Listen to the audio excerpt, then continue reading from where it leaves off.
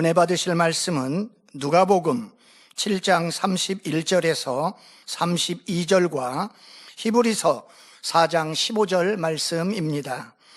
누가복음 7장 31절에서 32절입니다. 또 가라사대 이 세대의 사람을 무엇으로 비유할꼬 무엇과 같은고 비유컨대 아이들이 장터에 앉아 서로 불러 가로되 우리가 너희를 향하여 피리를 불어도 너희가 춤추지 않고 우리가 애곡을 하여도 너희가 울지 아니하였다 함과 같도다. 히브리서 4장 15절입니다.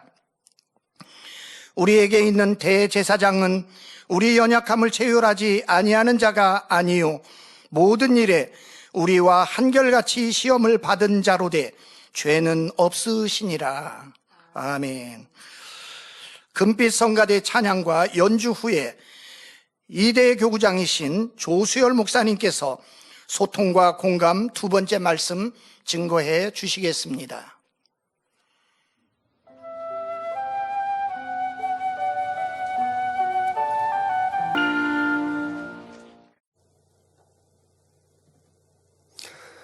금빛 성가대 찬양과 연주에 감사드립니다. 지난 시간에 이어 오늘은 소통과 공감 두 번째 말씀을 증거하겠습니다. 그 전에 지난 시간의 말씀들을 잠깐 정리해보면 배려와 존중의 마음을 이루려면 먼저 소통과 공감의 자세가 중요합니다. 상대 입장을 주밀하게 살펴서 배려하는 마음이 되고 상대 입장까지 사력 있게 존중하는 마음이 되려면 상대 입장과 마음을 잘 소통하여 상대 입장을 정확히 공감할 수 있어야 하기 때문입니다. 그런데 상대와 소통할 때 상대의 감정도 공감할 수 있으므로 소통과 공감은 함께 작용하기에 한 주제로 말씀드린다고 했습니다. 더욱이 요즘 시대는 수직적인 상호관계가 아니라 수평적인 관계를 지향합니다. 따라서 무조건 주장하고 명령하는 자세가 아니라 상대 입장을 들어주고 소통하고 공감하는 자세가 너무나도 중요하기 때문에 이 말씀을 준비하게 된 것입니다. 지난 시간 먼저 소통에 대해 말씀드렸습니다. 상대와 진정으로 소통하려면 첫째로 상대와 막힘이나 걸림이 조금도 없어야 하는데 막힘이나 걸림이 있으면 소통에 장애가 생기기 때문입니다. 둘째로 초점을 상대 입장과 눈높이에 맞춰야 하는데 내 입장이 아니라 상대 입장과 눈높이에 맞출 때 정확히 소통할 수 있기 때문입니다. 셋째로 사소한 것에도 최선을 다하여 집중해야 하는데 영적으로는 사소한 것이라도 소홀할 수 없고 작은 것이 오히려 상대에게 감동을 줄 수도 있기 때문입니다. 그렇게 될 때 우리 모두는 상대와 소통함으로 원만한 인간관계 속에 모든 사람과 화평함을 이루어 신속히 거룩함 또한 이루어가는 복된 삶이 될 것입니다. 오늘은 공감에 대해 말씀드리겠습니다. 요즘 사회적으로 성공하기 위한 중요한 요소인 소통과 더불어 존경과 신뢰받는 인간관계가 되기 위해서 중요하게 여기는 것이 바로 공감 능력입니다. 이는 사람이 살아가는 데 있어서 인간관계를 끈끈하게 연결시켜주는 중요한 역할을 하기 때문입니다. 실제로 여러분은 힘든 일이 있어 위로받고 싶을 때 가장 먼저 어떤 사람을 떠올리십니까? 논리적으로 정확하고 똑똑한 사람보다는 언제나 자신이 느끼는 힘든 감정을 위로하려고 노력해주고 다정하게 공감해주는 친구나 부모님이나 선배 등 공감 능력이 뛰어난 사람을 떠올리지 않으십니까? 어쩌면 지쳐있는 순간에 우리에게 가장 필요한 것은 내가 이해받고 있다고 느끼는 것일 수가 있기 때문입니다. 이렇게 인생을 살아가는 데 가장 따뜻함을 주는 기술이 바로 공감 능력이라고 할 수 있는 것입니다. 공감이란 말은 사전에서 보면 상대방 입장에 서서 상대가 경험한 바를 이해하거나 혹은 다른 사람의 입장에서 생각해보는 능력을 말합니다. 더불어 상대를 알고 이해하거나 상대가 느끼는 상황이나 기분이나 감정을 비슷하게 느끼는 심리적인 현상을 뜻합니다. 다시 말해 공감은 상대방의 입장이 되어서 느끼는 것을 말하며 한자의 의미를 보면 공감, 함께 느낀다는 의미가 있습니다.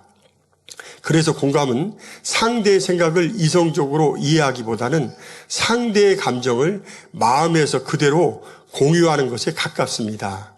비슷한 말로는 상대의 처지를 같은 감정으로 느끼는 동정, 상대의 입장을 불쌍히 여기는 연민, 상대의 느낌을 받아들여 함께 느끼는 감정이입 등의 말이 있습니다.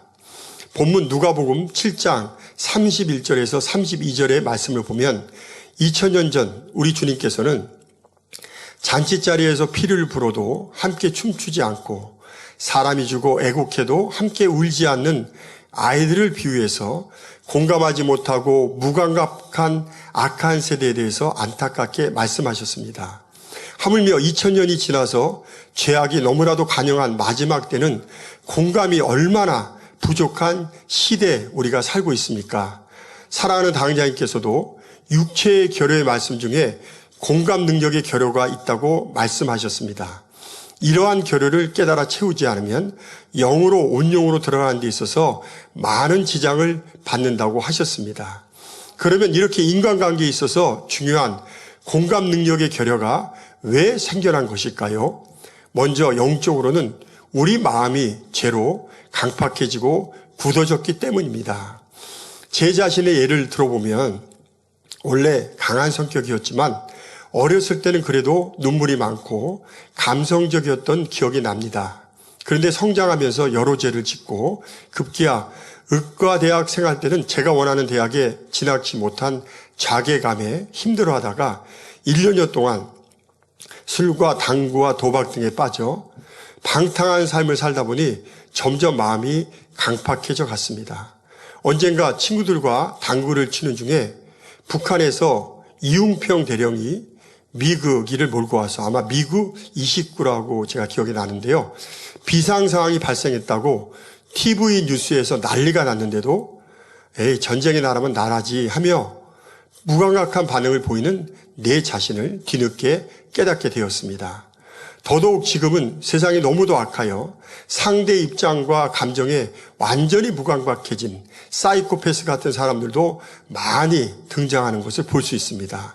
이렇게 사람의 마음이 죄로 강팍해지면 마음이 단단해져 상대 입장에 무감각해질 수가 있는 것입니다.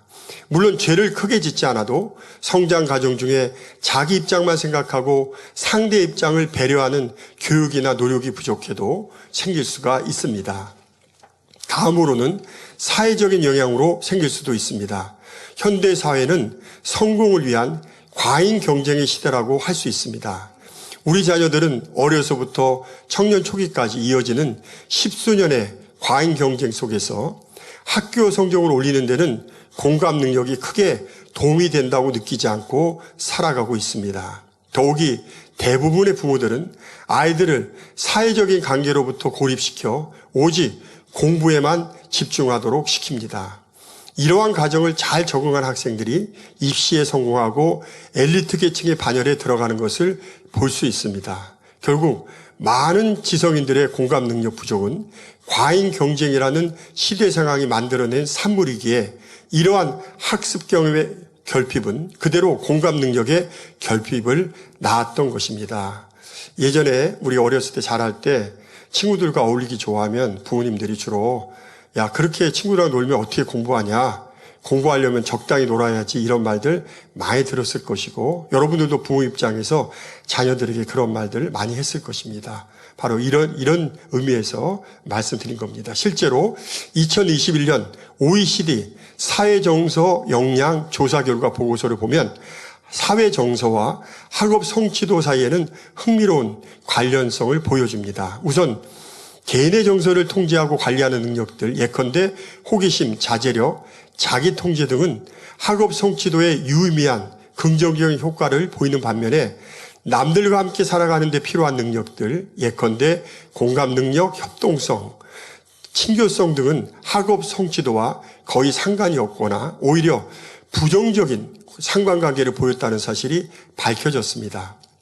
물론 확증된 결론은 아니지만 이 조사가 말해주는 것은 좋은 성적을 유지하기 위해서는 함께 사는 능력, 공감 능력, 친교성, 협동성 등의 성장을 억제해야 한다는 것이며 입시생을 둔 부모님들은 이 점을 잘 알고 있습니다. 그런데 공감 능력이 중요하다고 해서 지나친 공감은 주의해야 합니다. 예전에 당장님께서는 성령의 감동함으로 하나님의 말씀을 받을 때 애통도 지나치면 건강을 상할 수 있으니, 해칠 수 있으니 조심해야 한다는 말씀을 들으셨습니다. 또한 상대를 공감한다고 세상의 안 좋은 일들에 대해 너무 마음 아프게만 생각하다 보면 마음이 우울해지고 무거워질 수 있습니다. 세월호 사건이 바로 좋은 예입니다. 수많은 사람들이 학생들의 사고 소식을 계속 뉴스로 듣다 보니 지나친 감정에 사로잡혀 국가적으로 또한 지역적으로 집단 우울증을 겪었던 적이 있습니다. 저도 한때 뉴스를 자주 봤는데 세상 돌아가는 소식이 좋은 것보다는 안 좋고 어려운 일들이 많다 보니 마음이 우울해지는데 어느 순간 왜 내가 기쁘지 않고 우울해질까 궁금하던 중 뉴스를 많이 봐서 영향을 받게 되었다는 것을 깨닫게 되었습니다. 또 내가 좋아하는 정치 성향에 감정적으로 몰입하다 보면 판단력이 흐려질 수도 있습니다. 이성적으로 판단하여 진리로 분별할 수 있어야 되는데 내 편에서 지지하는 쪽은 잘못해도 무조건 옳다 여기고 반대하는 쪽은 무조건 배타적으로 느껴지는 것도 지나친 공감의 산물입니다. 그래서 참된 신앙인들은 정치에 무조건 무관심할 수는 없겠지만 지나치게 마음을 쓰다 보면 마음도 아프고 한쪽으로 치우쳐 충만함이 떨어지게 되니 이것도 주의해야 합니다. 모든 일들은 하나님이 주관하시기에 흐름만 알고 우리가 기도할 뿐이지 우리가 안타까워한다고 바뀌는 것은 없기 때문입니다.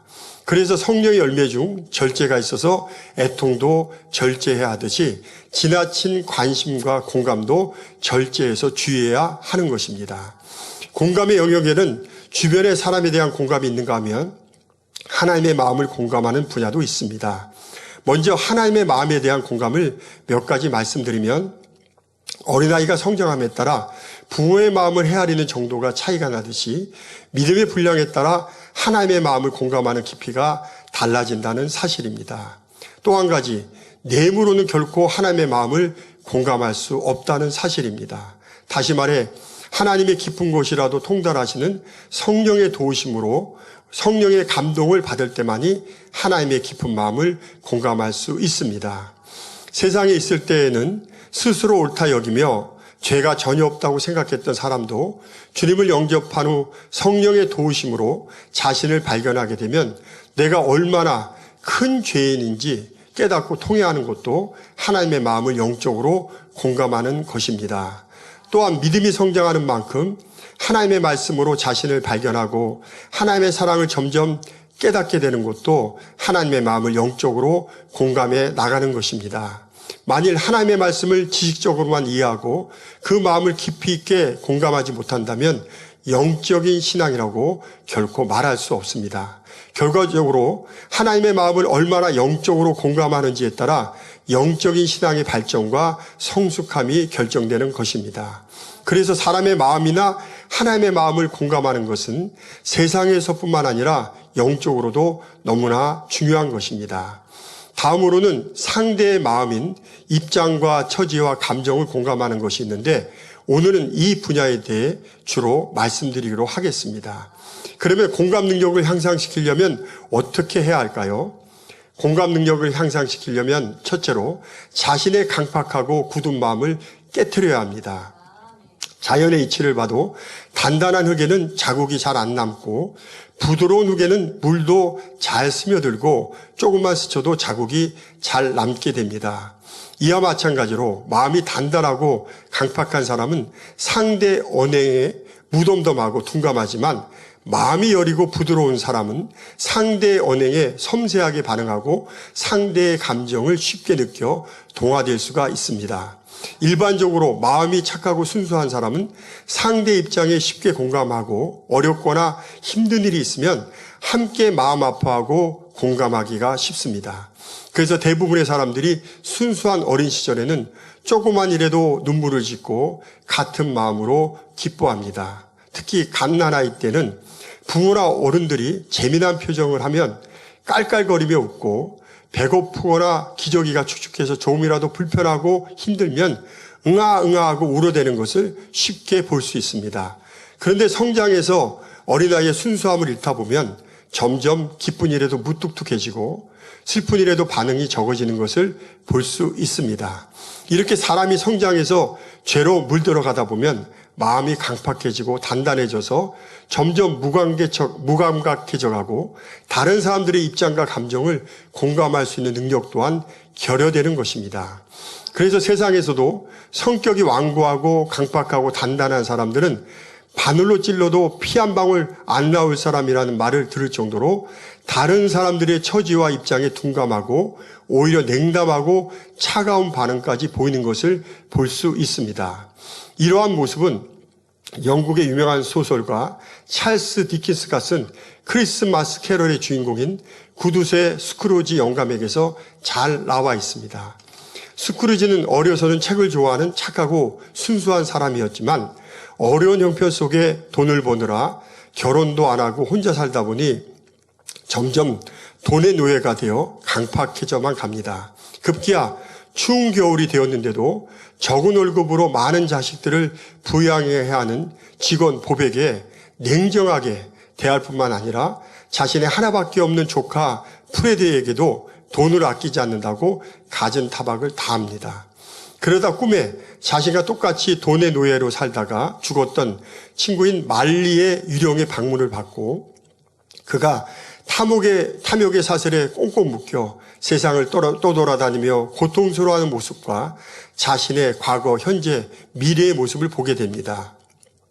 그 과정을 통해 스크루지는 자신이 주변 사람들에게 얼마나 많은 상처를 주었는지, 얼마나 베풀지 못하고 살아왔는지 깨닫게 됩니다. 꿈에서 깨어난 스크루지는 새 사람이 되어 조카와 함께 따뜻하게 크리스마스를 보내고 주변 사람들의 어려움을 이제는 공감하는 그런 따뜻한 사람이 됩니다. 그래서 부하 직원에게는 월급을 2배로 올려주고 가난한 이웃들에게도 선을 베푸는 삶을 살게 된다는 내용의 이야기입니다. 제 자신도 이 재단에 와서 이러한 공감 능력을 얻게 된 간증을 드리겠습니다. 저희 부모님들은 옛날 분들이면서도 두 분 다 대학을 졸업하실 정도로 배우신 분들이셨지만 중매 결혼을 한 데다 서로 성격 차이가 심하다 보니 늘 다툼과 분란이 끊이지 않던 가정에서 제 자신 성장하게 되었습니다. 그래서 저는 정서분화할 수밖에 없는 이러한 상황을 이기려다 보니 더 강한 성격으로 자라나게 되었고 집보다 밖에 있는 것을 더 좋아하여 안정과는 거리가 먼 사람이 되어갔습니다. 거기에다가 아까 말씀드린 대로 대학 시절에 방탕한 생활까지 겹치다 보니 마음은 더 강팍해져 나중에는 눈물도 메마르고 감동을 받기는 더욱 쉽지 않은 모습이 되었습니다. 처음 이 재단에 와서 제일 기억에 남는 것이 성도들이 당자님이 좋아하시는 찬송가 469장 찬양에서 후렴 평화로다를 부를 때 눈을 감고 손을 들고 평화로운 얼굴로 부르는 장면이었습니다. 처음에는 이 모습이 이해가 잘 안 되었습니다. 나는 살면서 한 번도 저런 참 평화를 느껴보지 못했는데 저 사람들이 느끼는 평화는 과연 있을까라는 생각이 들었습니다. 그러나 신앙생활을 계속하면서 지난날의 죄를 철저히 회개하고 마음의 강팍함을 깨트리며 변화되어 나갔을 때 마음의 평안이 임하게 되면서 지금은 469장을 부를 때면 저도 모르게 손이 올라가며 평안 중에 찬양을 부를 수 있는 자가 되었습니다. 이렇게 신앙생활을 할수록 죄를 회개하고 변화되는 만큼 하나님의 은혜가 임하면서 마음에 참 평안이 임하는 것을 느낄 수 있었습니다.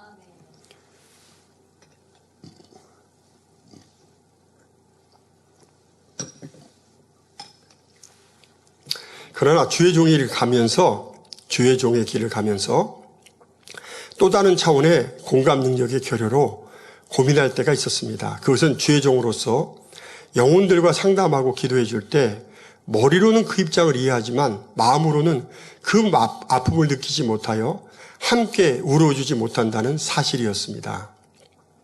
주의 종에게 눈물이 없다는 것보다 영적으로 안타까운 일은 없습니다. 저는 눈물의 영을 달라고 작정하여 기도하며 21일, 30일, 40일까지 금식하며 자신을 철저히 부인하고 날마다 죽고자 기도로 메어 달렸습니다. 마침내 아무리 단단한 콘크리트라도 망치나 해모로 치면 부서지듯이 하나님의 은혜와 능력으로 자아의 강한 것들이 부서지고 깨트려지니 성령의 감동함으로 영혼들을 사랑하시는 하나님의 마음을 느낌으로 저도 함께 아파하고 눈물을 흘릴 수 있게 되었습니다.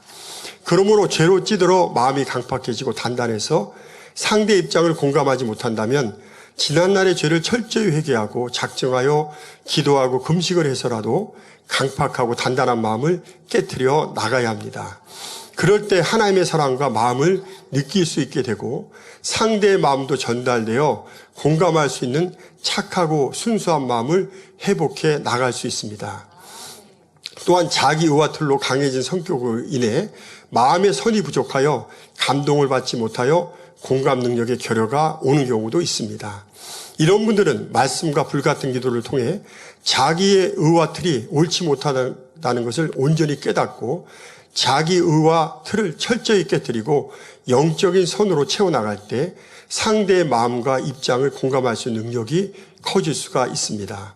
그리고 죄는 아니지만 자기 중심적인 삶을 살다 보니 상대를 공감하는 능력이 결여된 사람이라면 상대 입장에서 생각하고 이해가 안 되더라도 상대의 말을 받아들이고 상대의 마음을 느끼려고 노력해야 합니다.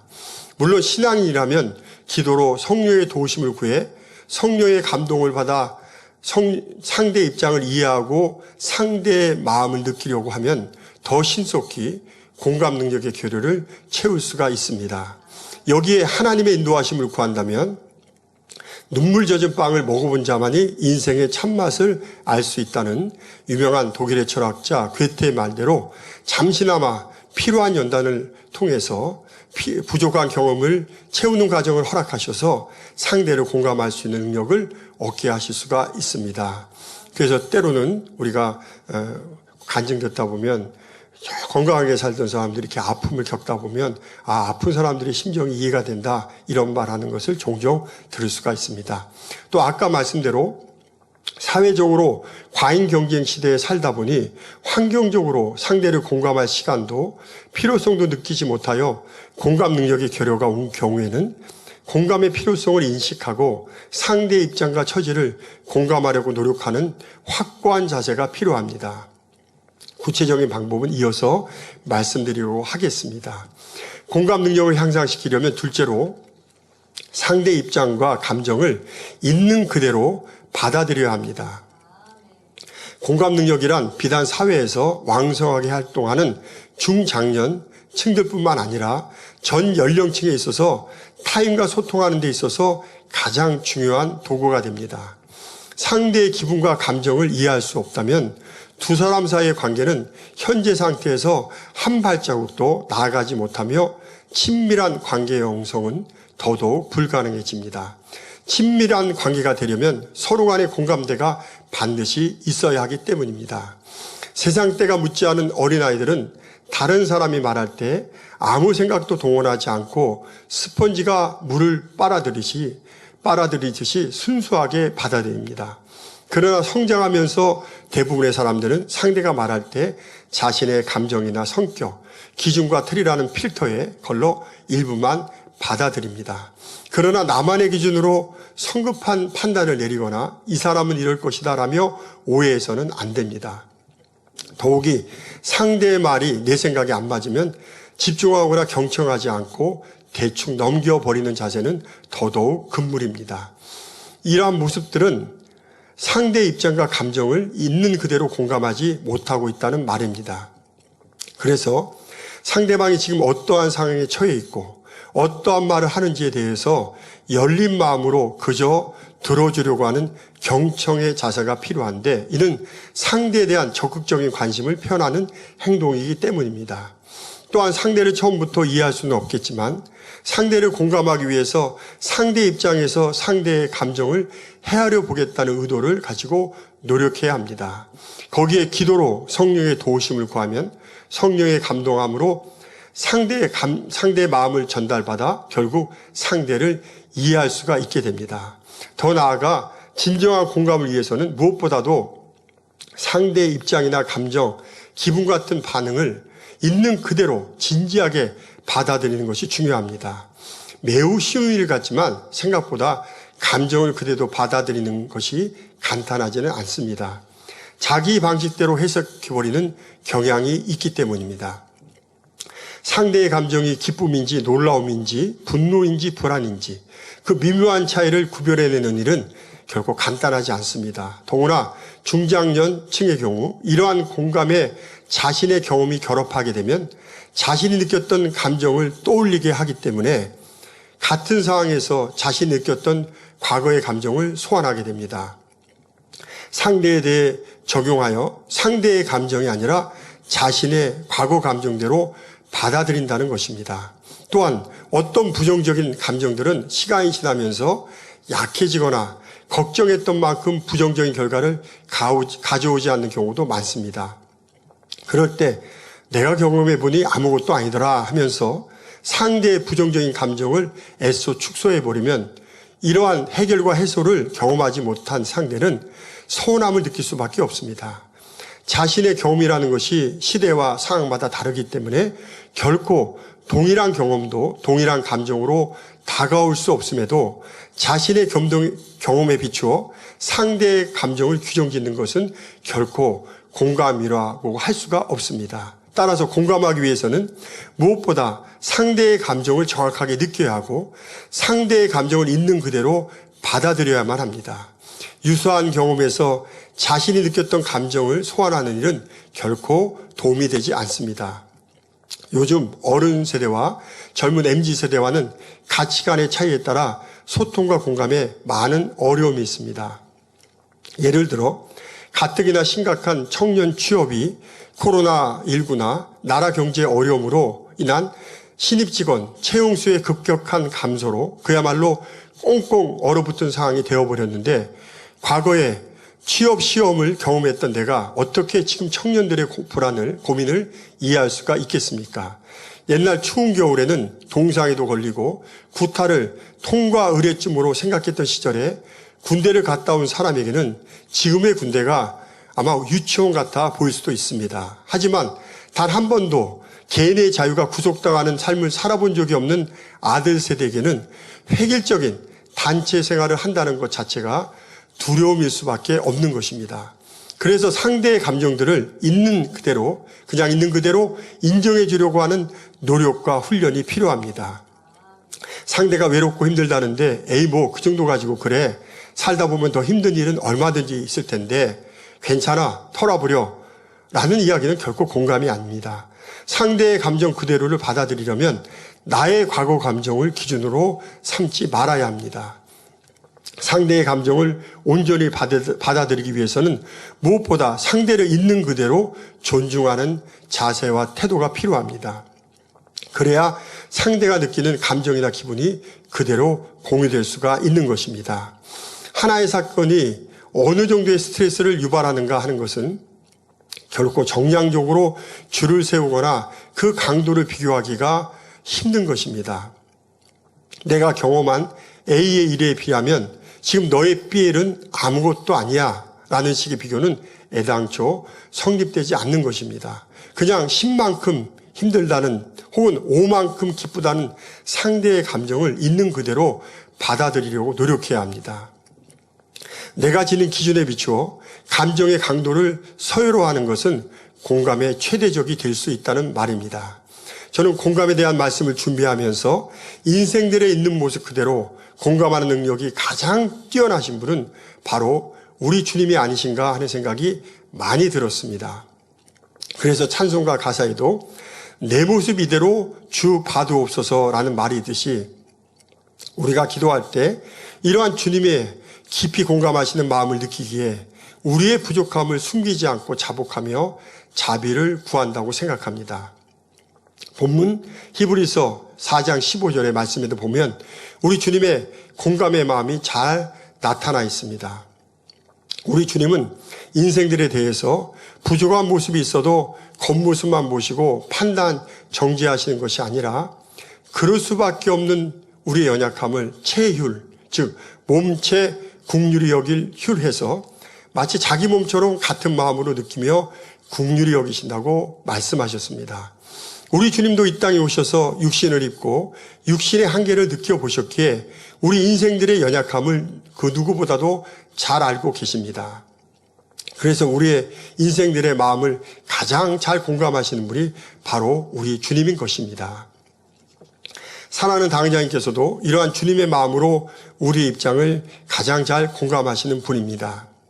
아무리 이해할 수 없는 죄를 계속해서 짓는 성도라도 그 입장에서 이해하고 불쌍히 여기시기에 불러다 죄를 묻고 처벌하거나 야단치시기보다는 대신 당신 자신의 잘못이냐 마음 아파하며 눈물과 애통으로 중보 기도해 주십니다.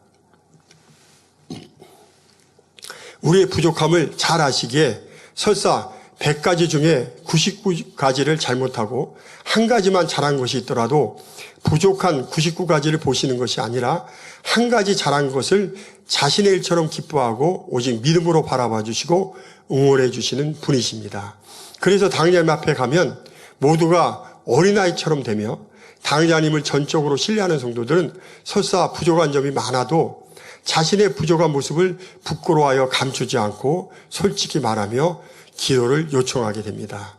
우리의 연약함과 부족함을 누구보다 잘 이해하고 공감하신다는 믿음이 있기 때문입니다.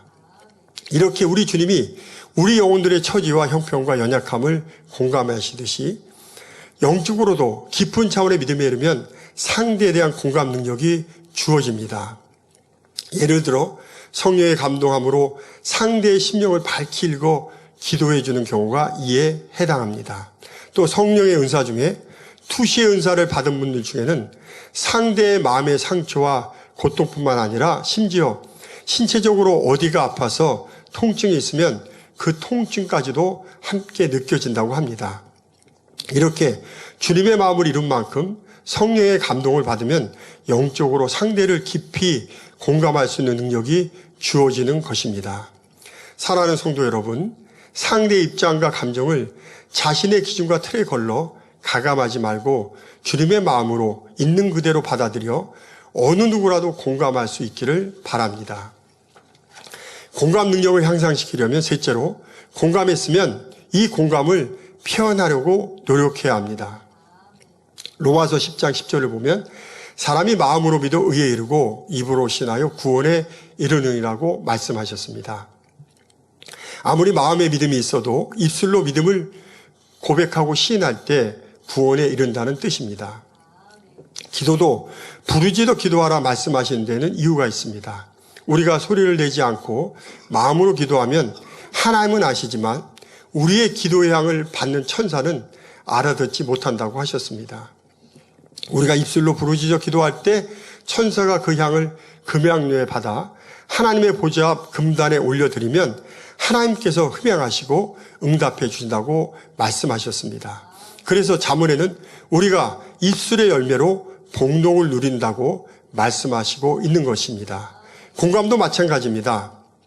우리가 아무리 마음에서 상대 입장과 감정을 공감해도 상대는 내 마음을 전혀 모릅니다. 상대가 내가 공감하고 있다는 사실을 인식할 수 있도록 동의하고 있다는 제스처나 긍정적인 말로 혹은 함께 눈물을 흘리거나 기뻐하는 등 공감의 표현을 할 때 상대가 알 수가 있는 것입니다. 그래서 공감의 표현은 너무나도 중요합니다. 다시 말하면 이제 공감했으면 이 공감을 표현하는 일이 필요하다는 사실입니다.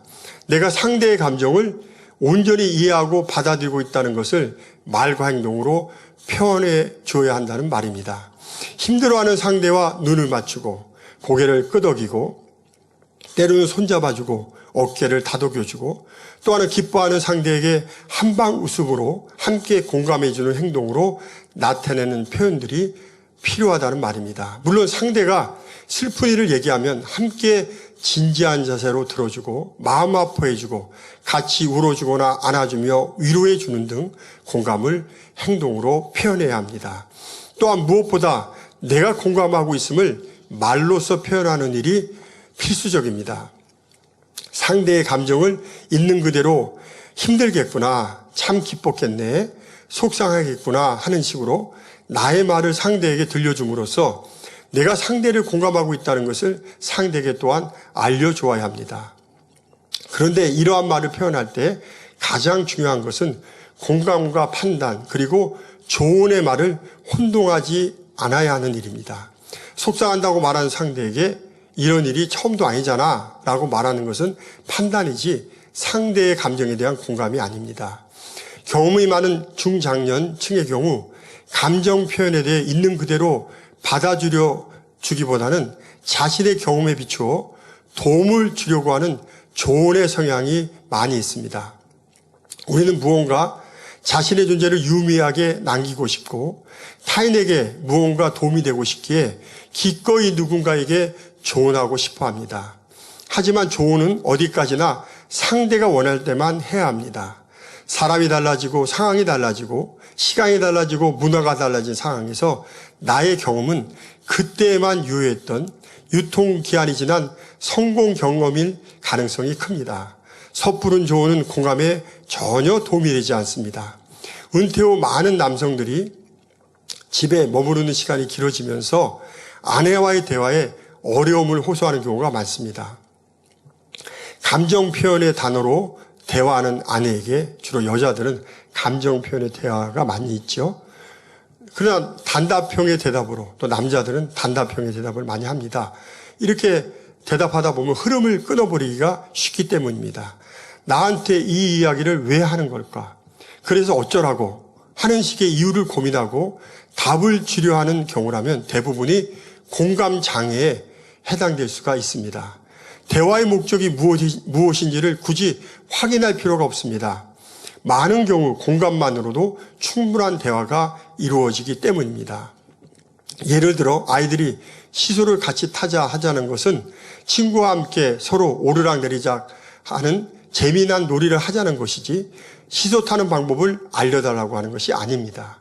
그냥 서로 반대편에 자리 잡고 앉아서 교대로 발 구르기를 하면서 너 한 번 나 한 번 재미있게 오르락내리락 하자는 것입니다. 서로의 감정을 한 번씩 알아주면 그것으로 충분한 일입니다. 공감의 표현이란 그냥 상대가 어떤 경험을 했는지 그 감정을 그대로 알고 있다는 것을 나타내는 것만으로도 충분하기 때문입니다. 이러한 공감 자체가 큰 능력이 된다는 간증을 들었던 적이 있습니다. 예전에 어떤 교회 부부 집사님들이 한밤중에 심하게 부부싸움을 하고 이혼하기 직전에 너무 흥분한 상태로 담임 목사님께 연락하여 사택에 찾아갔다고 합니다. 그 목사님은 너무도 졸려 양쪽 부부 집사님들이 자기 하소연을 장시간 하는데 정확한 분별보다는 남편 말을 들으면 남편이 옳은 것 같아 그러냐고 그 마음 이해한다고 하고 또 아내 말을 들으면 아내가 옳은 것 같아 그러냐고 그 마음 이해한다고 두 분에게 똑같이 그냥 공감만 해주었다고 합니다. 그러자 몇 시간을 한창 얘기하던 집사님 부부는 피곤해하면서도 졸린 눈을 비비며 끝까지 경청해주고 공감해주시는 목사님의 모습에 감동을 받아 스스로 마음이 풀리며 자신들의 잘못을 서로 돌아보고 인정하면서 화해하고 돌아갔다는 내용의 이야기였습니다. 목사님은 그들의 잘못을 일일이 지적하지 않았는데도 상대 입장을 공감해 주시는 목사님의 모습에서 이 부부는 내가 너무 내 편에서만 잘못 생각했다는 것을 깨달으며 자기의 잘못을 인정하고 서로의 부족함을 덮어줄 수 있었다는 말입니다. 그런데 이러한 공감을 표현하는 데 있어서 중요한 것이 하나 있습니다. 굳이 마음만 있으면 되지 꼭 말로 표현해야 하나 하는 식의 고정관념이나 쑥스러워서 못하겠다는 내성적인 성격의 틀을 철저히 깨트려야 합니다. 더욱이 말 한마디라도 따뜻하게 표정은도 온화하게 대하는 친절한 자세도 필요합니다. 한국 사람들은 사랑하는 마음이 있어도 표현에 아주 인색합니다. 또 나이 드신 분들의 경우 젊은이들보다 스킨십에 약한 경향이 많이 있습니다. 그러나 진정 상대와 공감함으로 하나 되고 친밀하고 신뢰받는 관계를 이루려면 자기 희생의 정신으로 상대의 마음을 얻을 수 있도록 자기를 주장하는 자세를 버리고 오직 상대에게 맞추는 자세를 가져야 합니다. 결론입니다. 상대와 진정한 소통을 이루면 상대 입장과 감정을 감정과 기분을 공감할 수 있습니다. 그래서 상대를 얼마만큼 공감하고 있는지 체크해 보면 상대와 얼마나 소통하고 있는지 그 정도를 가늠해 볼 수 있습니다. 또한 자기의 강한 틀을 깨트리고 상대 입장에서 공감하려고 노력하고 공감을 표현하다 보면 소통은 자연적으로 쉽게 이루어질 수가 있습니다. 그래서 소통과 공감은 동전의 양면과 같고 뗄래야 뗄 수 없는 관계라 할 수 있습니다. 그런데 소통과 공감을 이루어야 하는 가장 중요한 이유는 신뢰와 존경받는 인간관계뿐만 아니라 상대의 마음을 감동시켜 그 마음을 얻어 상대와 진정 하나 되고 아름다운 인간관계와 상호 신뢰를 바탕으로 성공적인 삶을 영위해 나갈 수가 있기 때문입니다.